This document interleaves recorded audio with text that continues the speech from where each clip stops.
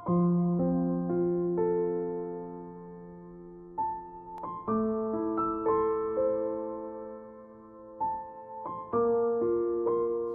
Bapa, segala puji dan hormat bagi kemuliaan nama-Mu Tuhan. Engkau yang telah berkarya atas hidup kami, sehingga kalau kami ada sebagaimana kami ada semua karena anugerah-Mu Tuhan. Tuhan, pada pagi ini kami akan mendengarkan firman-Mu. Berkati, persiapkan Roh Kudus hati pikiran kami, sehingga ketika firman ini ditabur hati kami siap menerima. Dan kami Tuhan diberi kemampuan oleh Roh Kudus untuk menjadi pelaku-pelaku firman-Mu Tuhan. Berkati kami semua yang terbatas, berkati hamba-Mu yang terbatas. Biarlah kuasa Allah bekerja secara penuh sehingga firman ini adalah firman Allah yang hamba-Mu taburkan, yang akan membangun hamba-Mu secara pribadi dan membangun kami semua ya Bapa. Terima kasih Tuhan, kami siap mendengarkan firman-Mu. Di dalam nama Tuhan Yesus kami sudah berdoa pada Engkau, haleluya, amin.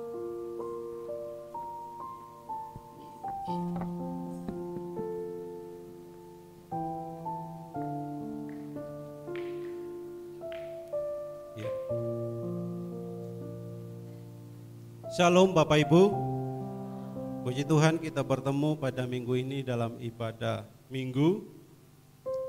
Mari kita akan membuka ayat firman Tuhan di dalam Injil Lukas. Injil Lukas pasal yang kedua ayat yang ke-22 sampai ayat yang ke-33. Di dalam Injil Lukas pasal yang kedua ayat yang ke-25 sampai ayat yang ke-33. Nanti kita akan baca bergantian, nanti saya akan baca ayat yang ganjil, kemudian nanti Bapak Ibu baca ayat yang genap. Saya akan membaca ayat 25. Adalah di Yerusalem seorang bernama Simeon. Ia seorang yang benar dan saleh yang menantikan penghiburan bagi Israel. Roh Kudus ada di atasnya.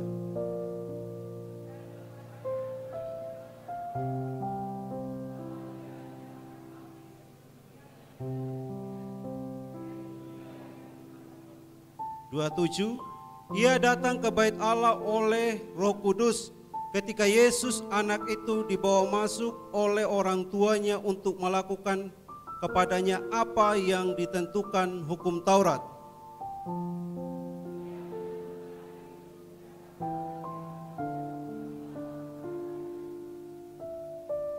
Sekarang Tuhan, biarkanlah hamba-Mu ini pergi dalam damai sejahtera sesuai dengan firman-Mu.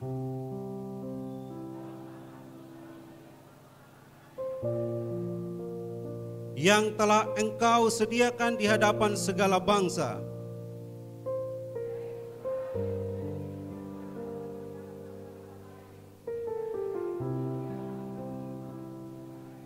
Mari kita baca 33 sama-sama.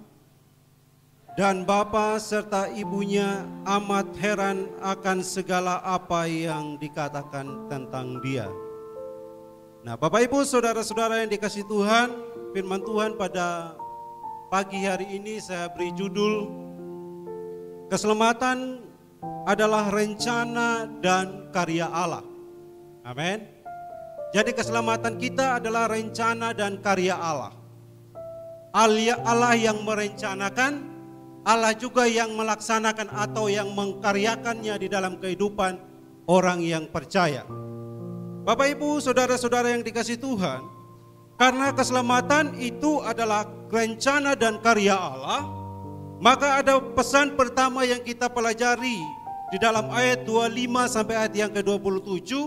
Di sana kita dapat melihat bahwa keselamatan dari Tuhan Yesus merupakan anugerah Allah. Amin. Bapak Ibu, ini adalah ajaran dasar Alkitab yang menjadi pembeda dengan kepercayaan yang lain. Katakan pembeda. Jadi setiap orang yang memberitakan firman Tuhan, dia harus menekankan perbedaan keselamatan yang kita miliki. Jadi anugerah harus ditekankan. Di KKA saya katakan kalau orang di dalam lembaga misi menyampaikan firman Tuhan, yang ditekankan adalah yang pertama-tama adalah orang itu harus minimal 15-20 menit harus menyadari bahwa dia orang berdosa. Dia harus benar-benar tahu bahwa dirinya itu adalah orang yang berdosa, yang tidak mampu hidup sesuai dengan kehendak Allah. Sehingga nanti kemudian masuk anugerah, diterima secara cuma-cuma. Bapak Ibu saudara-saudara yang dikasihi Tuhan, kenapa ini disebut sebagai anugerah? Ya, kita membuka ayat firman Tuhan di dalam Yesaya 59 ayat yang pertama sampai ayat yang ketiga. Di dalam kitab Yesaya 59 ayat yang pertama sampai ayat yang ketiga, saya akan membacakan. Sesungguhnya tangan Tuhan tidak kurang panjang untuk menyelamatkan, dan pendengarannya tidak kurang tajam untuk mendengar. Ayat 2. Tetapi yang merupakan pemisah antara kamu dan Allahmu ialah segala kejahatanmu, yang membuat dia menyembunyikan diri terhadap kamu, sehingga ia tidak mendengar, ialah segala dosamu. Ayat yang ketiga.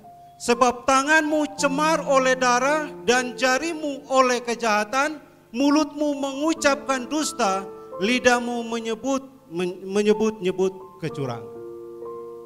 Kembali ke slide. Bapak Ibu saudara-saudara yang dikasihi Tuhan, karena dosa yang telah membelenggu hidup manusia, sehingga manusia terpisah dari Allah dan tidak ada kemampuan untuk mencapai Allah yang Maha Suci. Amin. Selalu ditekankan dalam metode penginjilan bagaimana manusia tidak memiliki kemampuan untuk mencapai Allah dengan usahanya sendiri. Ada satu ilustrasi yang sering dipakai adalah 3 dosa dalam sehari. Kalau kita bertanya kepada orang yang belum percaya, apakah Bapak yakin masuk surga? Kalau dia bilang yakin, terus tanya alasannya kenapa. Dia bilang karena saya berbuat baik, jadi saya bisa masuk surga. Lalu sebaik apakah supaya kita harus bisa masuk surga? Tentu kalau berbicara baik, surga itu adalah tempat yang sangat suci, kudus, dan tidak ada satu dosa pun. Tentu selama hidup kita tidak pernah melakukan satu dosa pun supaya bisa masuk ke tempat yang tidak ada dosa. Kemudian kita mulai berbicara bahwa dosa itu bukan hanya sekedar berbicara tentang apa yang kita perbuat. Dosa juga berbicara tentang apa yang kita pikirkan dan belum kita lakukan. Kita melihat perempuan, kalau laki-laki melihat perempuan lewat, memandangnya dengan penuh nafsu, itu udah dosa. Jadi dosa bukan hanya sekedar berbicara tentang apa yang kita lakukan, tetapi justru juga berbicara apa yang kita pikirkan, apa yang kita bicarakan, dan apa yang kita lakukan. Jadi dosa seperti bayangan. Jadi kemana kita ada dosa itu pun ada. Sehingga muncullah ilustrasi 3 dosa sehari. Katakanlah Bapak itu adalah orang baik. Bapak hanya berdosa 3 kali sehari seperti orang minum obat. Atau seperti orang makan. Pagi 1 kali, siang 1 kali, sore 1 kali. Kemudian Tuhan memberikan umur 80 tahun. Kalau 1 hari 3 kali berbuat dosa, 1 bulan berarti 30 kali. Kemudian hidup 80 tahun, dikalikan berapa banyak dosanya. Sangat banyak dosanya. Kemampuan ini, dosa ini membelenggu manusia sehingga tidak mencapai surga. Nah Bapak Ibu saudara-saudara yang dikasihi Tuhan, namun Allah di dalam kasih-Nya mau supaya semua manusia masuk surga. Maka surga harus diberikan sebagai anugerah, sebagai pemberian cuma-cuma. Kenapa? Karena manusia tidak mampu mencapai standar atau kesucian Allah itu sendiri. Bapak Ibu saudara-saudara yang dikasihi Tuhan, lanjut slide berikutnya. Firman Tuhan mengatakan bahwa Simeon ia datang ke bait Allah oleh Roh Kudus. Artinya bahwa kita melihat sebuah situasi, sebuah pertemuan antara sang pembawa berita, yaitu Yusuf dan Maria yang membawa Yesus ke bait suci, dan juga Simeon yang siap menerima keselamatan, sama-sama dituntun oleh Roh Kudus. Amin. Maka saya katakan bahwa keselamatan kita ini adalah rencana dan karya Allah. Sehingga di dalam ajaran Alkitab menekankan sekali bahwa keselamatan kita hanya karena oleh anugerah. Bapak Ibu, Yusuf dan Maria adalah orang yang taat pada pimpinan Roh Kudus. Setiap Natal mungkin Bapak Ibu mendengar bagaimana Yusuf taat. Walaupun dia merasa bahwa dia tidak pernah bersetubuh dengan Maria, tetapi dia taat. Nah, di dalam bagian ini kita melihat bagaimana Simeon, sehingga pertemuan mereka bukan karena kebetulan. Bukan terjadi karena kebetulan, tetapi sebuah merupakan rencana Allah agar Simeon diselamatkan. Lanjut slide berikutnya. Bapak Ibu, saudara-saudara yang dikasihi Tuhan, kita melihat karena Allah yang memiliki peranan penuh atas keselamatan kita, maka perlu membangun hubungan pribadi dengan Allah. Amin.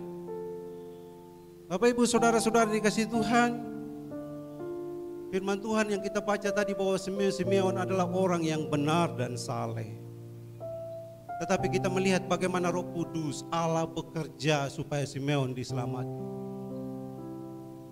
Kita pun sebagai orang yang sudah percaya, yang sudah terima Tuhan Yesus, kita perlu mengevaluasi hidup kita. Saya ini sebagai seorang pemberita firman, bagaimana hubungan pribadi saya dengan Allah? Tanyakan mungkin sebelum kita tidur pada malam hari, tanyakan seberapa kokoh dan bertumbuh iman saya atau iman kita bahwa kita sudah diselamatkan oleh Allah. Karena iman adalah dasar kita membangun hubungan pribadi dengan Allah. Kenapa ini saya tekankan Bapak Ibu? Jikalau keselamatan itu adalah peranan Allah secara penuh, keselamatan itu merupakan rencana dan karyanya, bahkan Roh Kudus mengatur semua pertemuan itu, maka mau tidak mau seorang pemberita firman harus bergantung kepada Allah. Harus percaya dengan sungguh-sungguh kepada Allah, membangun hubungan pribadi dengan Allah. Maka dasar yang paling utama seorang yang mau memberitakan firman adalah memiliki hubungan pribadi dengan Tuhan yang kuat. Karena ketika dia semakin yakin bahwa Injil itu adalah satu-satunya kekuatan Allah yang menyelamatkan, maka dia akan yakin untuk memberitakannya. Semakin dia dekat dengan Tuhan, semakin dia merasakan kasih sayang Tuhan, semakin dia merasakan hadirat Tuhan, dia semakin memiliki keyakinan untuk memberitakan firman Tuhan. Saya membacakan ayat firman Tuhan di dalam Roma pasal 1 ayat yang ke-16 yang dikatakan oleh Rasul Paulus. Roma pasal 1 ayat yang ke-16. Sebab aku mempunyai keyakinan yang kokoh dalam Injil. Karena Injil adalah kekuatan Allah yang menyelamatkan setiap orang yang percaya. Pertama-tama orang Yahudi, tetapi juga orang Yunani.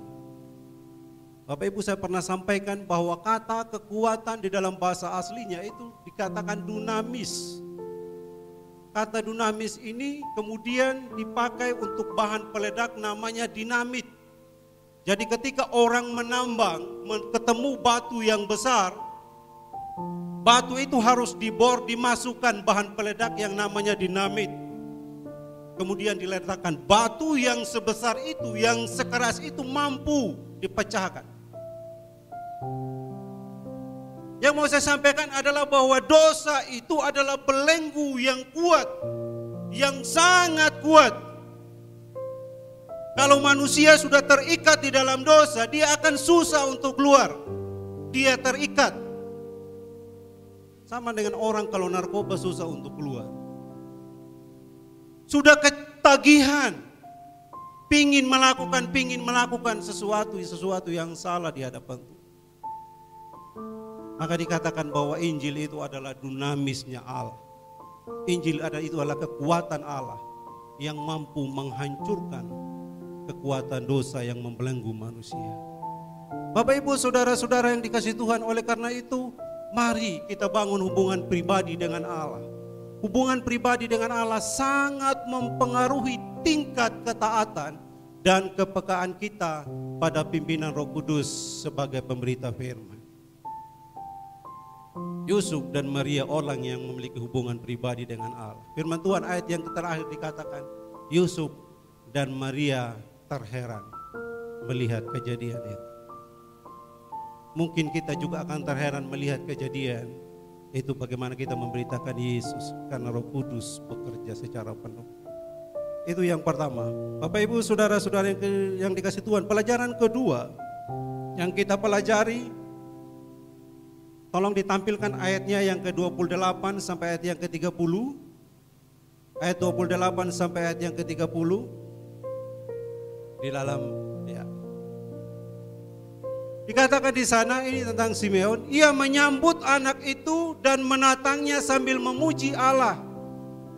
Katanya, sekarang Tuhan biarkanlah hamba-Mu ini pergi dalam damai sejahtera sesuai dengan firman-Mu, sebab mataku telah melihat keselamatan yang daripada-Mu.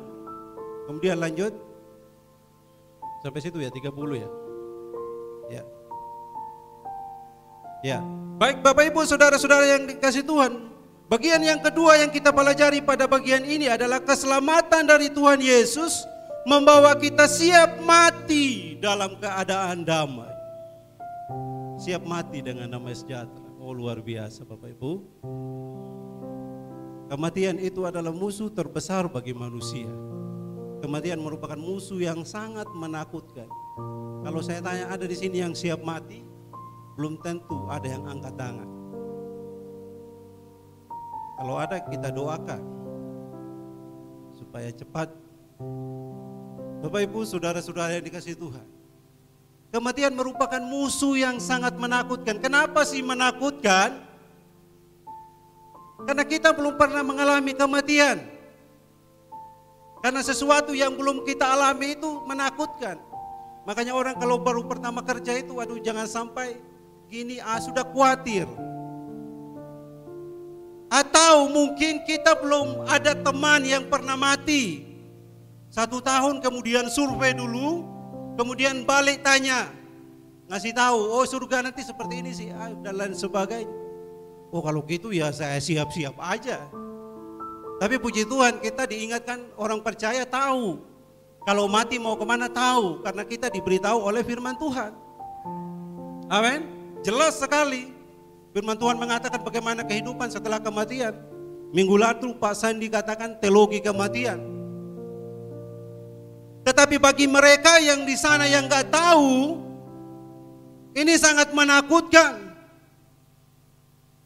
Yang kedua, kematian merupakan musuh yang sangat menakutkan karena kematian itu identik dengan perpisahan. Kita masih sayang sama istri, tiba-tiba kok pergi. Masih sayang sama suami, kok tiba-tiba pergi. Masih sayang sama anak-anak, identik dengan perpisahan. Ya. Jadi kematian adalah identik dengan perpisahan, padahal kita masih banyak tanggung jawab. Lah bagaimana orang tua saya nanti makan minumnya? Bagaimana anak-anak saya makan minumnya? Kalau saya nggak ada, terus yang membiayai siapa? Bagaimana dengan suami saya, siapa yang mengurus? Ada banyak tanggung jawab sehingga kita takut untuk mati. Ada banyak orang yang kita kasihi sehingga kita takut untuk mati. Kematian merupakan musuh yang sangat menakutkan karena dunia adalah zona nyaman bagi kita. Oh masih bagus dunia, hidup di dunia ini. Makanya anak muda tanya tentang mati, waduh jauh. Masih jauh. muda kuat kok. Kenapa? Dunia ini tempat manusia menikmati segala apa yang diinginkan, dapat memuaskan segala apa yang dia mau. Jadi ketika dia mati, seolah-olah dia ditarik keluar dari zona yang paling ternyaman. Jadi takut. Waduh, mati enak-enaknya ini makan bakso, makan segala macam, bakmi, sate, rawon. Mana kita masih makan rawon di KKA ya? Kita nggak KKA raya kalau kita mati gitu ya. Jadi dunia adalah zona nyaman bagi kita. Jadi belum siap, jadi kalau mati itu menakutkan. Yang terakhir adalah kita memiliki banyak dosa daripada kebaikan. Ini saudara-saudara kita di luar sana. Lah kalau mati ini pahalanya belum siap, bekalnya belum siap. Seperti yang saya katakan tadi, 3 dosa sehari. 80 tahun banyak sekali dosanya berkarung-karung dan lain sebagainya, belum siap mati. Bapak Ibu saudara-saudara yang dikasihi Tuhan, kita belajar dari Simeon pada pagi hari ini. Lanjut slide berikutnya. Dia katakan, Tuhan biarkanlah hamba-Mu ini pergi dalam damai sejahtera. Amin. Tuhan biarkanlah hamba-Mu pergi dalam damai sejahtera.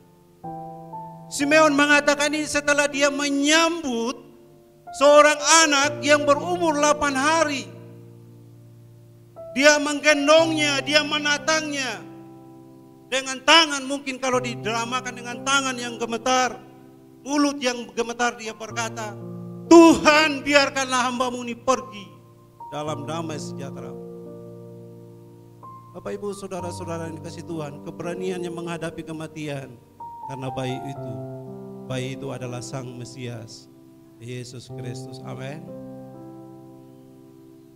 Apa yang dikatakan yang terakhir, sebab mataku telah melihat keselamatan daripada-Mu. Ini berbicara tentang anugerah. Orang yang mengandalkan perbuatan baik belum tentu dapat mengatakan ini. Jadi keselamatan sebagai anugerah, sebagai karya, sebagai rencana dan karya Allah, Allah yang memiliki peranan penuh, menyebabkan setiap orang yang percaya siap menghadapi kematian di dalam damai sejahtera Allah. Sebab kita telah melihat keselamatan yang datang daripada Tuhan dan tersedia di dalam Yesus Kristus Tuhan kita. Bapak Ibu saudara-saudara yang dikasihi Tuhan, firman Tuhan katakan Roma pasal 6 ayat yang ke-8. Roma pasal 6 ayat yang ke-8 dikatakan di sana. Jadi jika kita telah mati dengan Kristus, kita percaya bahwa kita akan hidup juga dengan Dia. Amin. Pelajaran yang ketiga yang kita pelajari pada pagi hari ini di dalam ayat firman Tuhan tadi. Coba tampilkan ayatnya 31 sampai ayat 32. Lukas pasal 2 ayat 31 sampai ayat 32. Saya akan membacakan untuk kita semua.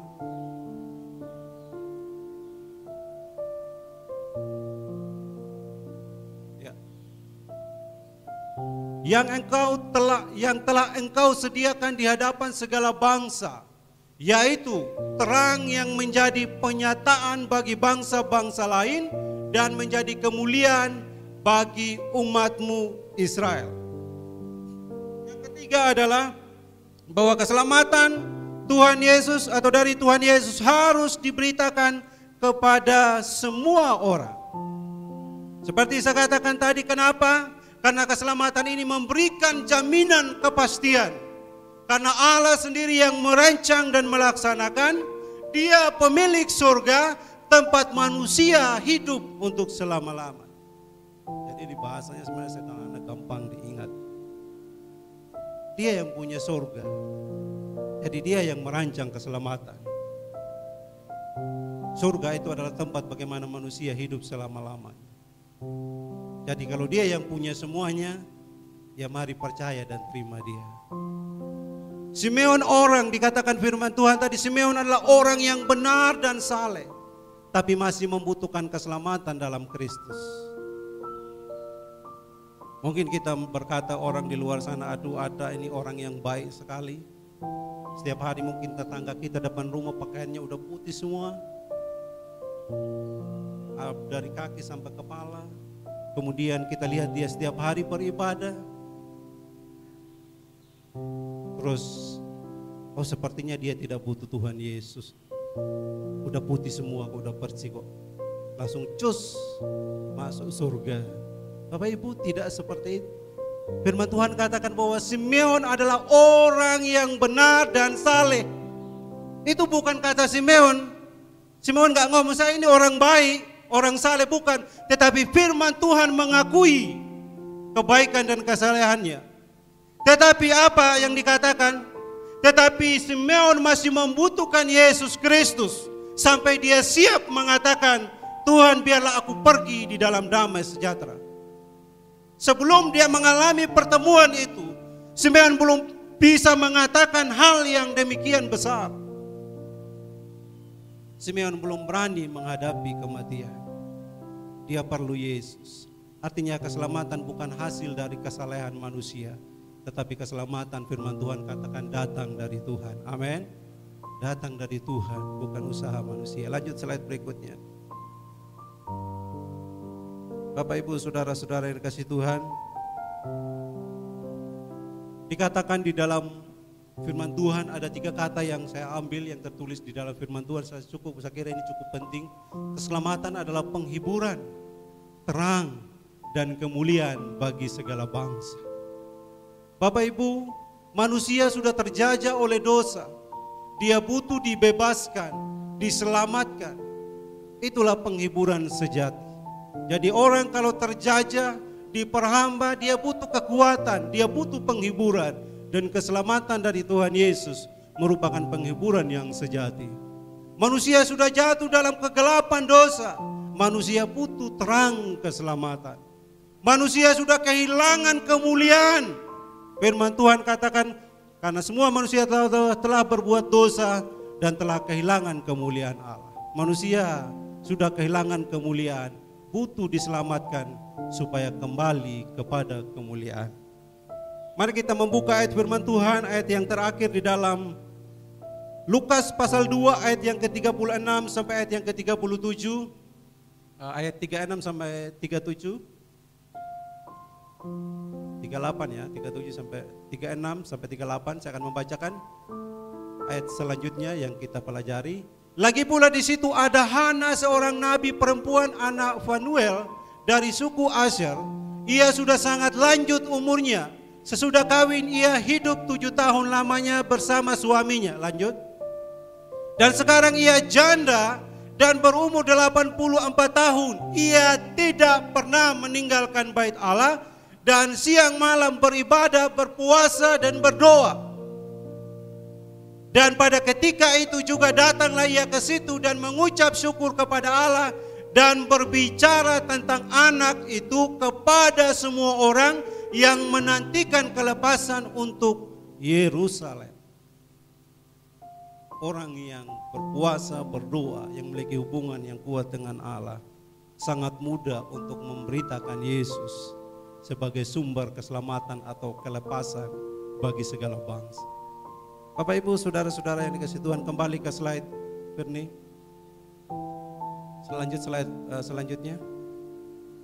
Oleh karena itu perkuat hubungan kita dengan Allah. Berdoa dan berpuasalah untuk jiwa-jiwa. Persiapkan diri untuk memberitakan firman kepada jiwa yang sudah kita doakan. Sering-seringlah untuk simulasi dengan kata-kata kunci Injil yang sudah dibagikan. Supaya mudah dihafalkan, dapat disampaikan, lanjut, dapat disampaikan dengan sabar dan lemah lembut. Amin. Jadi Injil itu yang kata-kata kunci itu bukan hanya hafal. Belajar juga untuk menyampaikan dengan apa? Dengan sabar dan lemah lembut. Karena penginjilan kadang-kadang bukan pertengkaran. Saya ngomong ini karena pengalaman banyak teman, termasuk saya juga. Menyampaikan ini kayak orang ngamuk-ngamuk. Padahal firman Tuhan sedialah beritakan firman dengan lemah lembut, penuh pengajaran. Hafal aja nggak cukup Bapak Ibu. Mau terima Yesus enggak? Wah, itu kabur orang. Makanya perlu simulasi berulang-ulang, sampaikan, hafalkan dengan benar, sampaikan dengan sabar. Ibu, Tuhan Yesus mengasihi ibu sama seperti saya. Lanjutkan dengan lemah lembut dan penuh pengajaran. Hafalkan, jangan sampai hanya simulasi waktu KKA. Setelah KKA enggak simulasi. Walaupun ini pendek, mungkin lebih panjang doa Bapa kami, tapi kan doa Bapa kami kita ucapkan setelah selesai ibadah atau doa di rumah. Nah ini disampaikan di depan orang yang belum percaya. Tentu situasinya berbeda. Jangan sampai wayai penginjilan, waktunya penginjilan, nyari kerepean. Lisun di nanti regi. Wes jiwa di ruang tamu. Saya nyari di bawah kasur. Mana dikasih Pak Ari kemarin? Keburu hilang waktunya. Jangan sampai orang yang datang ke rumah kita seperti Simeon, orang yang saleh dan taat, pakaiannya putih semua. Datang sampai di depan pintu, tanya Bu Mary, Yesus itu siapa? Wah ini udah hafal simulasi 10 kali, hilang semua. Kenapa? Udah grogi duluan, udah minder duluan. Kayaknya dia lebih baik dari saya deh. Kayaknya dia lebih saleh dari saya deh. Waduh ini ngomong opo ini. Akhirnya cari kerepean. Nanti kerepean. Bapak Ibu saudara-saudara yang kasih Tuhan, ingatlah firman Tuhan pada pagi hari ini. Orang benar dan saleh menurut dirinya, dia perlu Yesus. Mungkin aja dia mendatangi kita, sudah direncanakan oleh Roh Kudus seperti Simeon.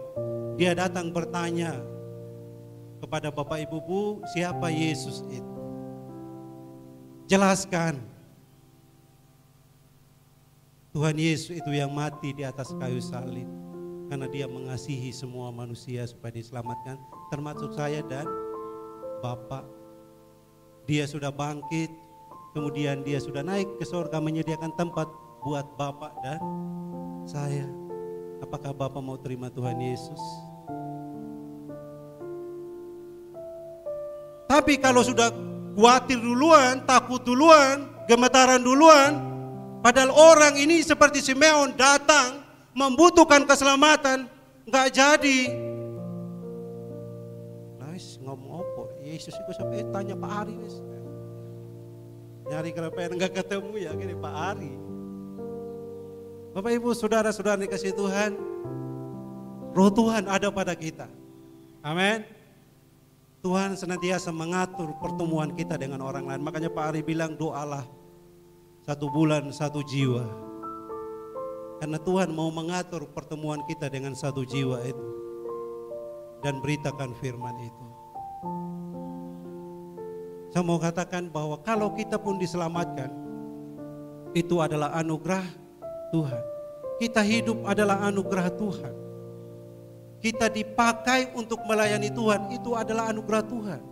Kita dipakai memberitakan firman Tuhan, itu adalah anugerah Tuhan. Bukan karena kita kuat dan gagah dan hebat. Semua karena anugerah Tuhan. Kita tadi nyanyi lagu pertama, "Ku hidup karena anugerah." Jikalau semua karena Tuhan, mari kita membangun hubungan dengan Tuhan. Tuhan akan menuntun kita, atau Roh Kudus menuntun kita kepada jiwa yang siap dituai seperti Simeon. Amin. Mari kita bangkit berdiri, pemain musik, WL Singer maju ke depan. Segala roh-roh yang merintangi, menghalangi kami patahkan di dalam nama Yesus. Ini kami Tuhan, pakai kami Tuhan. Amin Yesus. Ini kami, pakai kami Tuhan. Dengan pertolongan Roh Kudus kami akan melakukan semuanya. Amin Yesus. Terima kasih Tuhan. Kami mengucap syukur buat firman-Mu pada pagi hari ini. Biar firman itu tidak akan kembali dengan sia-sia. Firman itu akan jatuh di tanah yang baik dan bertumbuh dan berbuah. Terima kasih Tuhan. Terus Kau pakai hamba-Mu yang sudah menyampaikan firman-Mu Tuhan. Berkati terus dalam pelayanannya, berkati keluarganya, berkati apa saja yang dikerjakannya Tuhan. Engkau pakai lebih lagi Tuhan. Terima kasih. Terima kasih Tuhan Yesus. Sebentar kami akan masuk di dalam perjamuan kudus. Kami akan mengingat kembali akan pengorbananmu yang dahsyat dan luar biasa bagi kami. Dan kami akan memberitakan perbuatanmu yang besar kepada orang lain. Kuduskan dan sucikan hati dan pikiran kami, supaya kami boleh layak dan berkenan untuk masuk di dalam sakramen perjamuan kudus ini. Terima kasih Tuhan. Di dalam nama Tuhan Yesus kami sudah berdoa. Haleluya. Amin. Angkat roti di tangan kanan saudara. Roti yang melambangkan tubuh Yesus. Sebab apa yang telah kuteruskan kepadamu telah aku terima dari Tuhan, yaitu bahwa Tuhan Yesus pada malam waktu ia diserahkan mengambil roti, dan sesudah itu ia mengucap syukur atasnya. Ia memecah-mecahkannya dan berkata, inilah tubuhku yang diserahkan bagi kamu. Perbuatlah ini menjadi peringatan akan aku. Mari kita makan di dalam nama Tuhan Yesus.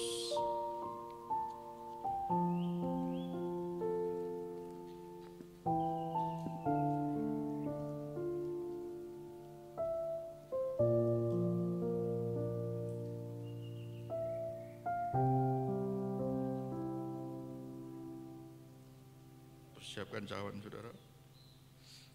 Anggur yang melambangkan darah Yesus. Angkat tangan kanan saudara. Demikian juga ia mengambil cawan sesudah makan lalu berkata, cawan ini adalah perjanjian baru yang dimeteraikan oleh darahku. Perbuatlah ini setiap kali kamu meminumnya menjadi peringatan akan aku. Sebab setiap kali kamu makan roti ini dan minum cawan ini, kamu memberitakan kematian Tuhan sampai ia datang. Mari kita minum di dalam nama Yesus.